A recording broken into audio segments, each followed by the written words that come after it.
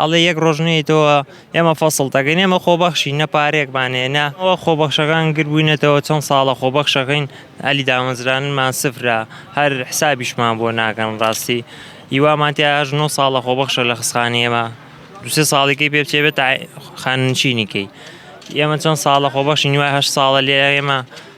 نەقسمان زۆرە لە خستخانەکانی لێکی پڕبوونەوە ناگەمە خۆبەخشەکانی خۆمان سا هەفتە خستخانەی ئێمە بە بۆنی خۆبەخشەوە بەڕێوە چێ نەقسمان زۆرە ژووری ماوەمانەیە لە خۆدەچ بەشی سەحەب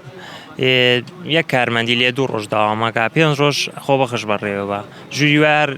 کارمەندی هەریز لێ نییە کێ باڵین خۆبەخشیەکەین نەگە تا مردن خۆبەخش بین چەند ساڵێکە توانانی هاوکاری حکوومەت و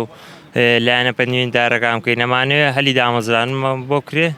ڕۆژی لە هەفتەیەکە 2 جارە بەس ئێستا کەم بۆتەوە لە ڕۆژێکە 5 ساعت کارەکەین هەشتی بەیانی بۆ 12:30. هیچ شارێکتان لەسرە بۆرمە بوتێت ئەوە دەبێت بەم جۆرە داوام بکەن لەسرە ئەڵێ یەک ڕۆژنێتەوە ئێمە فەسڵ دەکەین ئێمە خۆبەخشی نە پارێکمانێنە پارەی گواستنەوەمان بۆ دابی نەکرێ وایە باشی کە مامۆستایە کارمەندە هیچ معاشێکی وەرنەگرت و زەختیشمان زۆر لەسەرەگرێ.